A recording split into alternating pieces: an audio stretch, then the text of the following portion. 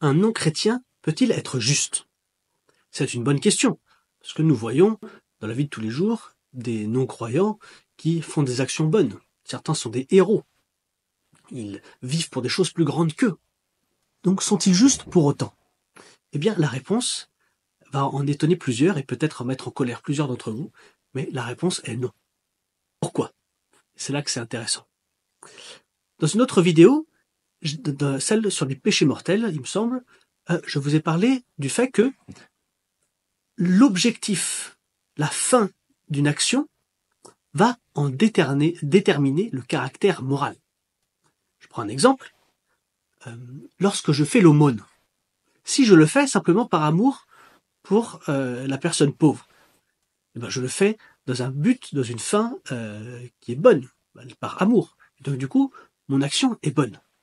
Mais si finalement, les gens autour de moi ils se rendent compte que si je fais l'aumône, c'est simplement parce que eux me regardent, ou simplement parce qu'il y a télé qui est en train de me filmer, eh bien, cette action, si elle paraît bonne, elle ne l'est pas vraiment. En fait, elle est égoïste. Pourquoi? Parce que la fin de cette action, son but, son objectif est égoïste. Son but, c'est de me faire passer pour quelqu'un de bien. Donc c'est quelque chose d'égoïste, donc toute l'action va être caractérisée d'égoïste. Eh bien, c'est pareil pour notre vie entière. Si la fin ultime, qu'on appelle en théologie la fin dernière de ma vie, est bonne, ma vie entière sera bonne. Mais si la fin ultime, la fin dernière de ma vie est mauvaise, eh ben, ma vie entière sera caractérisée comme mauvaise. Attention, petite parenthèse, ne pas confondre la fin dernière au singulier avec les fins dernières au pluriel. Les fins dernières, quand on parle des fins dernières au pluriel, on fait référence à l'enfer et le ciel. Hein, c'est-à-dire la situation dernière dans laquelle je vais passer mon éternité. Si j'ai été bon, j'irai au ciel. Si j'ai été mauvais, j'irai en enfer. Donc c'est différent. Quand on parle de la fin dernière au singulier, eh bien on fait référence à l'objectif final que j'ai mis au centre de ma vie. Quel est l'objectif final de ma vie? Quelle est la fin dernière de ma vie? Eh bien c'est là qu'il y a seulement deux possibilités. Soit la fin dernière de ma vie, c'est Dieu, soit, et dans ce cas-là, la fin dernière de ma vie est bonne et ma vie entière sera caractérisée par cette note de bonté, soit la fin dernière de ma vie, c'est moi-même.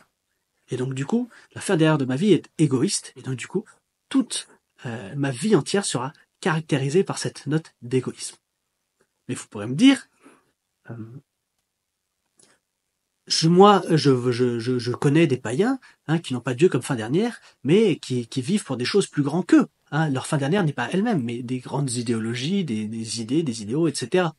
Eh ben non, parce que en fait, pourquoi ils vivent pour celles-ci, ces idées-là? Parce que eux-mêmes considèrent, selon leur propre jugement, que ces idées sont bonnes. Vous voyez? Donc ça revient en fait à eux-mêmes.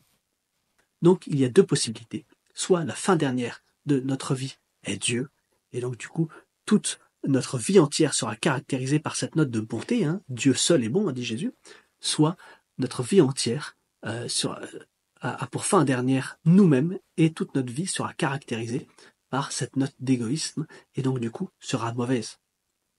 Et d'ailleurs, pour revenir à la parenthèse que j'ai faite tout à l'heure, en considérant la fin dernière au singulier et les fins dernières au pluriel, ce lien n'est pas hasardeux. C'est parce que, en fonction de notre fin dernière qu'on a choisie, au singulier, Dieu ou nous-mêmes, va dépendre nos fins dernières. Si j'ai choisi Dieu comme ma fin dernière, c'est-à-dire que je l'ai aimé par-dessus toute chose, ben j'irai au ciel. Lorsque je choisis moi-même comme fin dernière, eh ben j'ai choisi ma vie à un but égoïste et je serai séparé de Dieu pour l'éternité.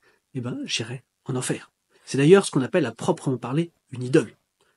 Qu'est-ce que j'ai mis au centre de ma vie? Quelle est la fin dernière de ma vie? Si c'est Dieu, ce n'est pas une idole. Si c'est autre chose que Dieu, si c'est les femmes, l'argent, le pouvoir, qui finalement se résume à nous-mêmes, eh ben, ça s'appelle une idole, et c'est ça qui est mauvais.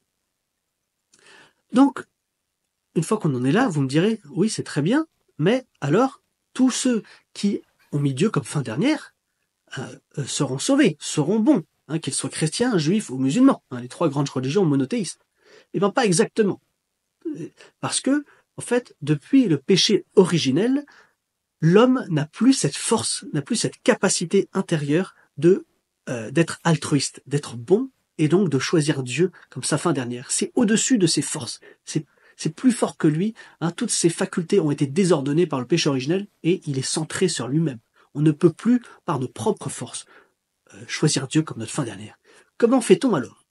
Eh ben, je vous en ai parlé dans plusieurs vidéos. Le baptême nous rend réellement participants de la vie divine.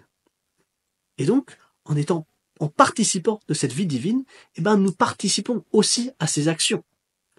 Et vous savez que Dieu, lui-même, étant la bonté parfaite, il s'aime lui-même parfaitement.